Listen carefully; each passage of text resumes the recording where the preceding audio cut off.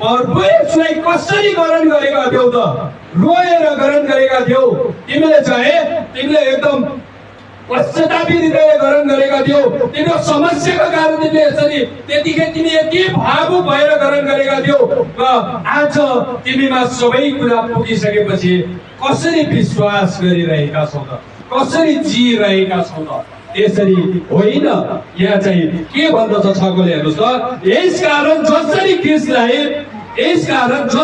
क्रिस्टलाई तिमीहरूले ग्रहण गर्यौ त्यसरी नै उहाँमा जीवन बिताओ।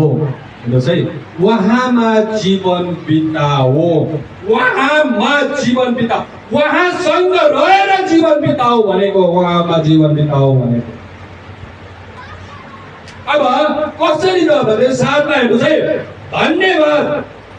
धन्यवाद दिनलाई प्रशस्त हुँदै तिमीहरूका शिक्षा कुन परे मैले पनि 2 को 6 भनेर 7।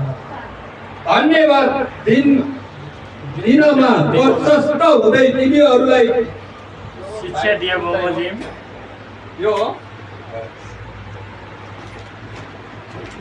यो लाइन पनि दिँदै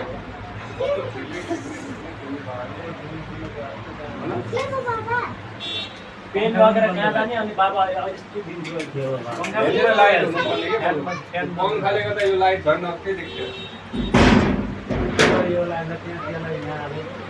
धन्यवाद दिनमा प्रशस्त हुँदै तिमीहरूका शिक्षा दिए बमोजिम उहाँमा जडा गाडी